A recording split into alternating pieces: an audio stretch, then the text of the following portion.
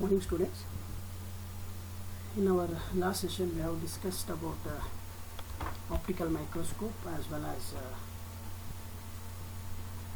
characterization techniques with respect to different materials. So what is the need of characterization techniques, why we have to characterize those materials, and its importance we have studied as well as we have discussed in our last session. So in today's session we will discuss regarding one of the very important microscope which we are going to use for the analysis of nanomaterials, or it may be the material which is having in terms of nanomaterial. So the size which is having in terms of nanomaterials can be analyzed very easily by using scanning electron microscope. So what all the limitations we have seen in optical microscope? So we have seen the magnification.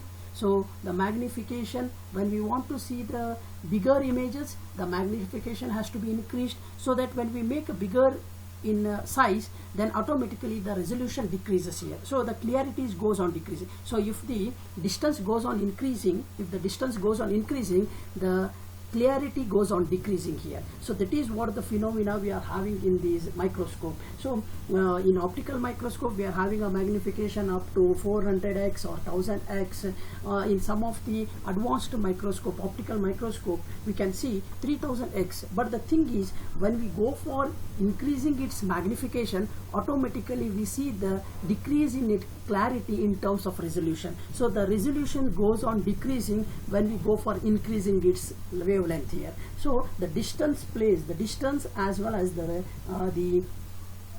resolution plays a very important role here. So the formula we are having, that is D is equals to lambda by Na, where D is the distance and the lambda, that is the wavelength of light, and whereas Na is the numerical aperture here. So if we are going to have that is the inversely proportional to, that is the distance is inversely proportional to the lambda to the numerical aperture here. So that is what we are having. So if the distance goes on increasing, automatically the resolution goes on decreasing. If we want a resolution, we have to reduce the distance here. So in our last class we have seen that the ultraviolet rays, or whatever we are having, the microwaves or the radio waves, whatever the frequencies we have seen, that is the based on the that is the wavelength, based on its wavelength or the frequency. So when we see the ultraviolet rays, or it may be the X-rays, where we are going to have we are having high frequency as well as high energy,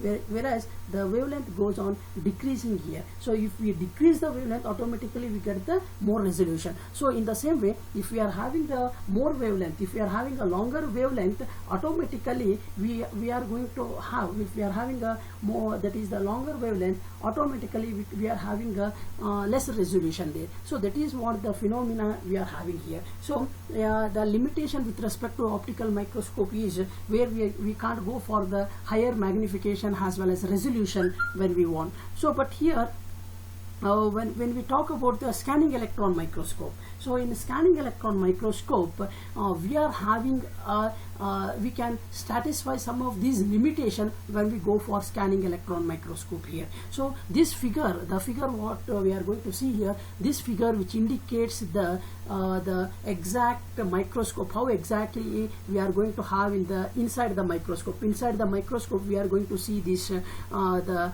arrangement of this electron gun, electron beam, or it may be the condenser lenses, or it may be the deflection coils. Like this we are going to see the parts which are arranged in a systematic way to get this one. So we are going to have the scanning electron microscope. So the name itself which indicates the scanning by using electron. So that is, the scanning is done by using electrons. So we call this as scanning electron microscope, where the electrons which are being scanned, that is by using the electrons scan the area and which gives the images here. So that is why we call this as a scanning electron microscope. The thing is, as well as this in a scanning electron microscope we can go only for the analysis of topography. So when we see the structure, when we see the texture, so to analyze the texture or to see the surface analysis of a material,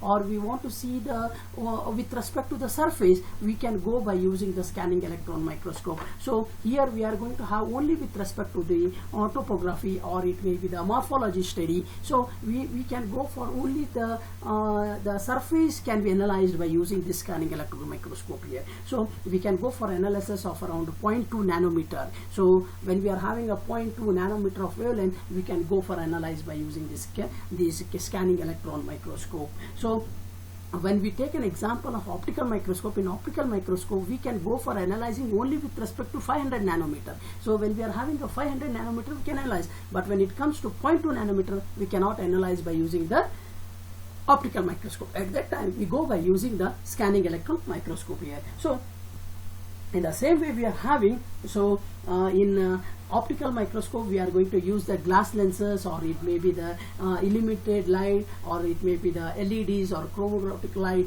So like this we are going to have different types of the light, that is the visible lights can be used for the optical microscope. But in scanning electron microscope we are going to use the that is the electromagnetic lenses. So here we are going to use the condenser lens. The condenser lenses what we are having here, or it may be the deflection coils. Here electromagnetic lenses are being used. So wherever we are having the lenses, so these lenses are nothing but the electromagnetic lenses we are having here. So in the same we are having the tungsten filament. So electron gun which is nothing but a cathode here. So that cathode is nothing but here, the cathode is which is nothing but a tungsten filament where the electrons are being generated here. So by using electron gun, the electrons are being generated here. So that is what we are having. So in the same way, in the SEM we can go for the scanning by using the raster scan technique. So whatever we are having in the latest the old TVs, what we are going to have, that is by using the raster scan, that is by using the scanning in terms of the dots, or by using the electrons, the scanning techniques where we are going to have a scanning of the specimen here to get the images here. So that is what we are having. Scanning is in terms of the raster method here. So that is the raster technique what we are having.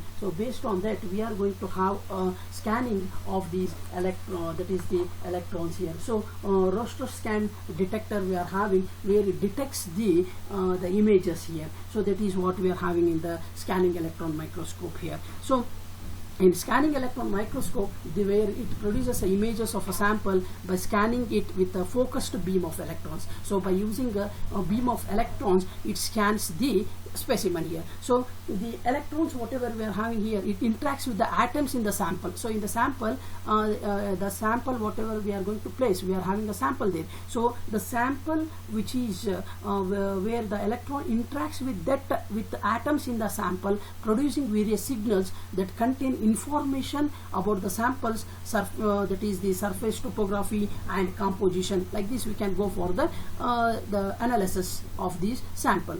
So how exactly it works here? So that is what we are having. So the electron beam, that is the electron beam which is focused onto the sample surface, kept in a vacuum. So we are having a vacuum pump here. We are having a vacuum pump where the sample is being kept. With respect to that, we are going to have a electron gun. Here we are having electron beam, the condenser lenses in the first and second we are having, and spray aperture we are having. So X-ray detector or objective lenses, deflection coils, that is the lens aperture. Here we are having backscattered detector as well, electron detector, like we are having a secondary electron detector. So what is the use of all these I will explain here. So here the sample which is kept in the vacuum by electromagnetic lenses, by using this condenser lenses, that is the electromagnetic lenses, the beam is scanned over the surface of the sample. So the scattered electron from the sample, is fed to the detector and then to cathode ray tube. That is what we call it as a raster detector, raster scan detector, where the rays will be detected through an amplifier, where the images are formed which gives the information on the surface of the sample here. So here we are going to have a heated filament of as a source of electron beam, or it may be the condenser lenses, the electron detector, amplifier, as well as the cathode ray tube, that is what we call it as the Rostro scan detector, which catches the images from the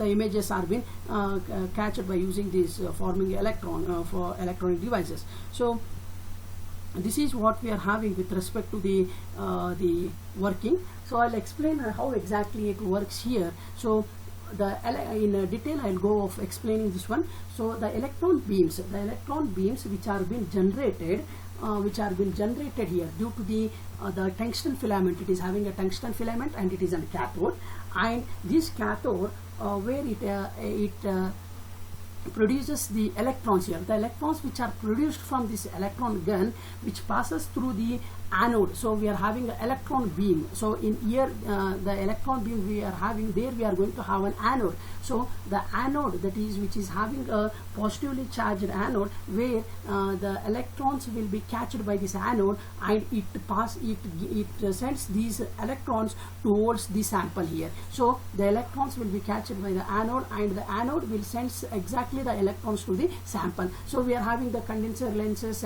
first condenser, second condenser. That is nothing but here the condenser lens, where it generates, that is by using the electrons what we are going to have, the electrons which have to move towards the sample. So by using the electronic field generated, so the electrons, that is what it generates, it creates an electromagnetic here, so that the wave, that is the electrons which has to pass through these condenser lenses, and it has to reach the sample here. So the beams, that is the electron should not deflect, so because of that we are going to use the deflection coils. So the beams has to that is the beam, that is the electron beam what we are having, the electrons have to hit the sample here. So because of that we are going to use the condenser lens, where by using the electromagnetic, that is by using electronic field, that is the field which is generated here, so that the electron passes through the condenser. Due to the electromagnetic lenses, the electrons will be passes through this condenser lenses, and it hits to the sample here. So when the electron beam which hits to the sample, some of the electrons will be deflected and some of the electrons will be absorbed. So some of these electrons will be reflected backwards, and some of the electrons will be absorbed by the specimen, and some of the electrons which have been reflected, that is nothing but the secondary electrons, that is what we call it as secondary electrons. So these secondary electrons will be detected by using secondary electron detector, and the reflected one, that is the reflected what we are having electrons, these reflected electrons will be detected by using backscatter electron detector here. So both the electrons which have been deflected as well as which have been reflected back will be detected by using these secondary electron detector as well as back scattered electron detector. So in the same way we are going to have a deflection of secondary electrons. So secondary electrons, what it will be deflected will be catched by, that is when the primary electrons hit the surface of the sample, that is the electrons will be moved, that is the primary electrons will be moved outside the specimen, whereas it creates a vacant place. So the created vacant place will be withheld by the other electrons here. So when other electrons which catches the position of that one, that is the rays will be detected by the X-ray detector. So that we call it as characterized X-rays. So the characterized X-rays which will be detected by the X-ray detector here. So these all are the emitted electrons, or it may be the deflected one, or it may be the secondary electrons which are being detected by using the detectors, and which gives us the images on the screen here. So for all these the scanning is done by using the Rostro scan technique, and we are going to see the image on the screen here. So that is what the technique we are having here. So here we are having the figure what you can see here, that is different types of electrons which have been deflected here. So when the electron beams which hits the sample, after hitting we are going to have some of the electrons will be absorbed, some of the electrons will be deflected, some of the electrons which are being reflected back, some of the electrons where we are going to have a secondary electrons will be generated. So these all we are going to have different types of the electrons. So this gives these beams or the electrons which are distributed here, this will gives us the result of the specimen here. This gives us the analysis of the specimen here. So for example, we are having the secondary electron, the secondary electrons which gives us the topological information regarding the sample. So backscattered electron which gives us the atomic number and the phase differences. So the atomic number as well as the phase differences which gives by using the backscattered electrons. So and we are going to have a continuous X-rays, that is characterized or continuous X-rays which are being deflected, so which gives us the that is the what we call it as the bremsstrahlingum, that is the X-rays which will be continuously deflected. So that is what we are having. And X-ray character, that is the EXD, that is the characteristic X-ray detector, that is what we are having. So it gives us the thickness of the atomic composition. So that is what it gives.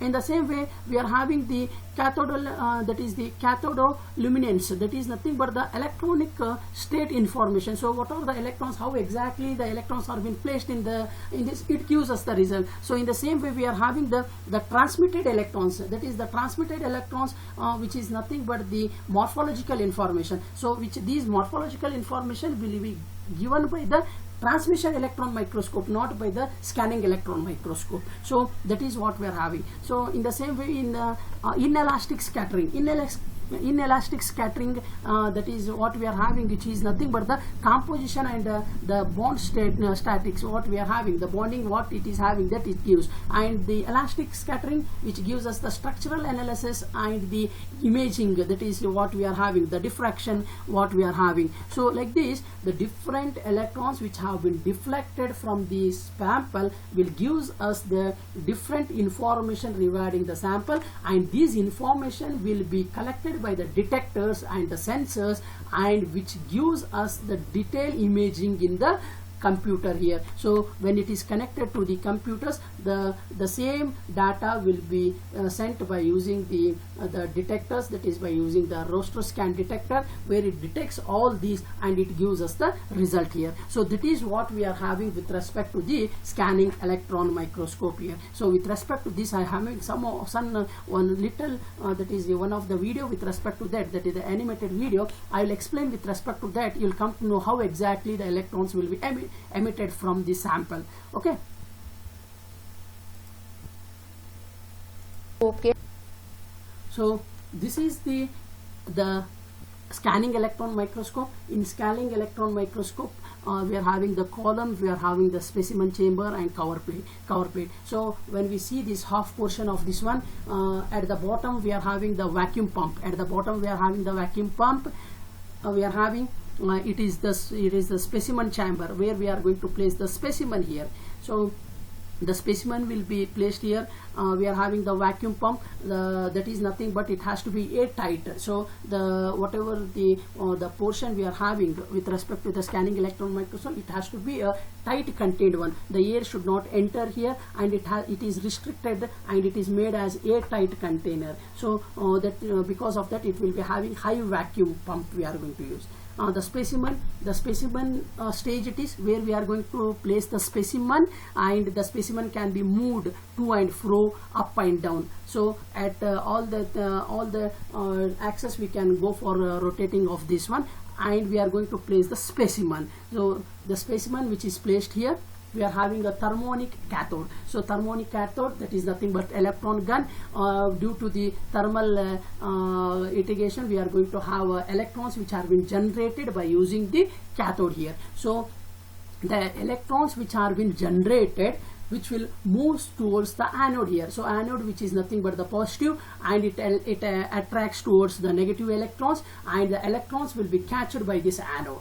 and the electrons will be sent, the electrons will be passed through the condenser lenses, that is electromagnetic lenses, as well as the deflection coils, so that the electromagnetic lenses where the electron beams will be managed, that is electromagnetic lenses, it is used because to make the electrons to hit the specimen here. So the electrons should not deflect, or electrons have to move according to the 360 degree of the sample. So according to the sample size and shape, the beam has to hit towards the specimen at 360 degree towards all the direction of the specimen here. So the primary electron which hits here, you can see here, when the primary electrons which are coming from the cathode which hits towards this sample, this is a sample, it hits towards the sample, so that the electrons will be emitted.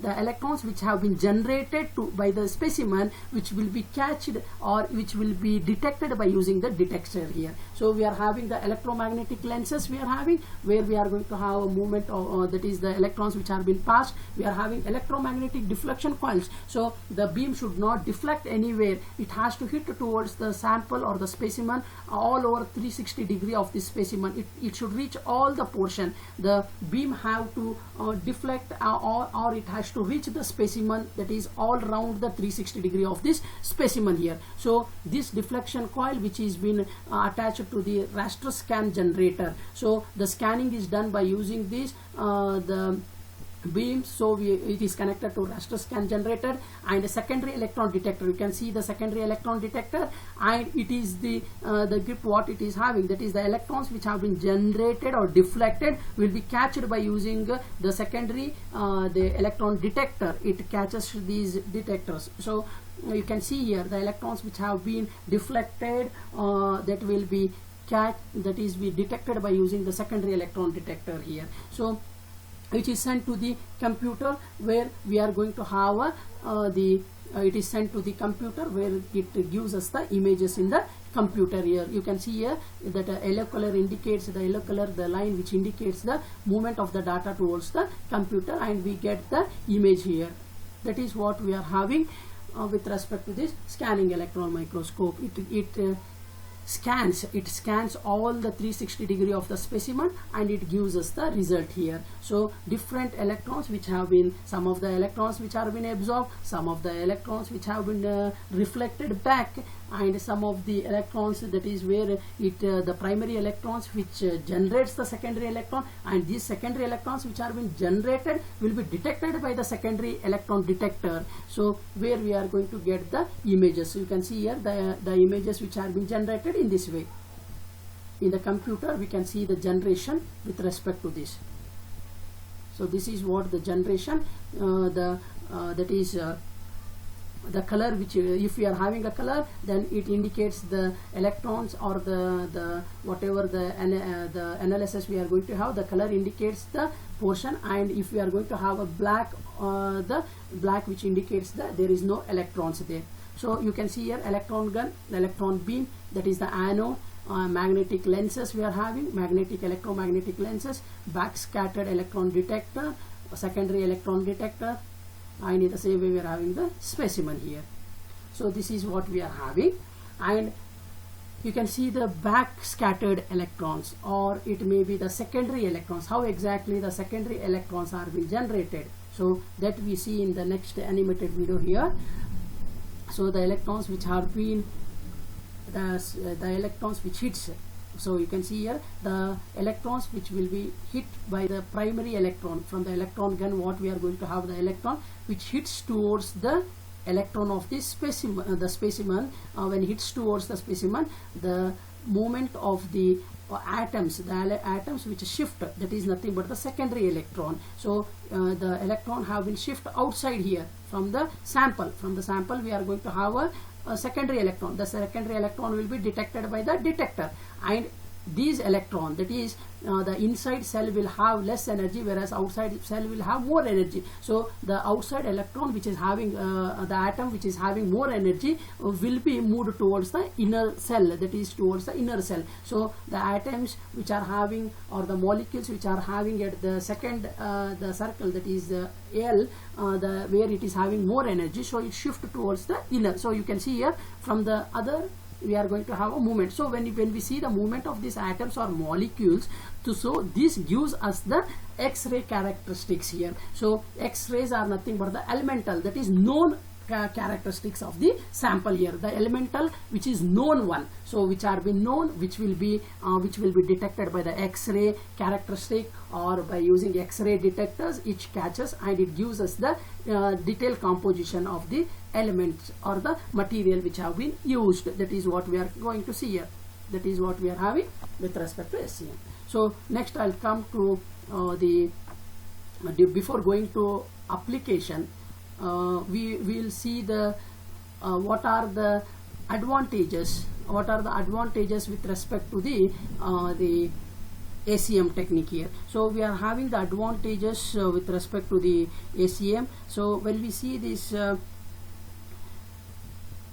scanning electron microscope, when we compare with the optical microscope, we will come to know the scanning electron microscope is having more magnification as well as resolution when we compare with the optical microscope, and it is easy to operate with the proper training. We want the proper training for this, for the operation of the scanning electron microscope. So we should have the training for this one, so that we can operate very easily, and it needs an advanced computer technology, that is which associated with the software as well as the to make it an operation user friendly. So we are going to have a software with respect to this. We need to have high-end computers so that we get an clear images of the analysis, as well as which works faster here. So SEM, what we call it as a scanning electron microscope, has SEM which works faster. It is having the EDX analysis, that is nothing but characteristic, that is the characteristics X-ray analysis, where we can go for the compositional detection also. So that can be done by using this, which can be done within the less time, that is within 5 minutes we can complete the analysis. And in the same way we can go for the generation of the data in digital form. So the digital images can be taken from by using this SEM technique. So the minimum preparation actions we want before going to the having the analysis, we have to make a sample which has to be prepared by using cleaning as well as fixation, and it has to be have a dehydration technique. It should have a dehydration for that one by using different chemicals, acetone or other materials, and it has to be dried, and we have to make a sample preparation. So before going to this, we are having a sample preparation which can be done very easily, and after the preparation of the sample we can use, as well as in the same way we have to go for the that is the SEM, the advanced machine what we are having, we have to set before going for the analysis here. As well as we can go for the structural analysis, we can have a powder morphology, or as well as particle size and shape analysis can be done. We can go for the topological analysis, that is nothing but the shape, size as well as the texture. So texture can be analyzed, and in the same way we can go for the investigation of the delamination investigation. So lamination technique can be analyzed by using the SEM here. So we are having the disadvantages. So when we compare with the other techniques, we are having some of the disadvantages. That is nothing but the SEM, the high technology, the microscope what we are having, it is having highly expensive. It is highly expensive, and it is having a large size, so that we want the large area we want for this, as well as it has electric as well as magnetic vibrations we are having. So for that also we have to maintain this one. So vibration interference also we are having, that has to be maintained. So that is a disadvantage of this machine microscope what we are having. So the special training is needed for the operator. That is also a disadvantage of this one. And maintenance is high when we are compared with the optical microscope or other. We are having the maintenance is high. It involves a keeping of steady voltage and current has to be maintained, because it is having electromagnetic coils and circulation of cool water. So circulation of cool water we are having. So because of that we have to maintain this. That is the disadvantage of this one. So it is having high the risk of radiations. So it emits the different radiations. So where it is associated with the electrons of the backscattered, or it may be the X-rays, as well as the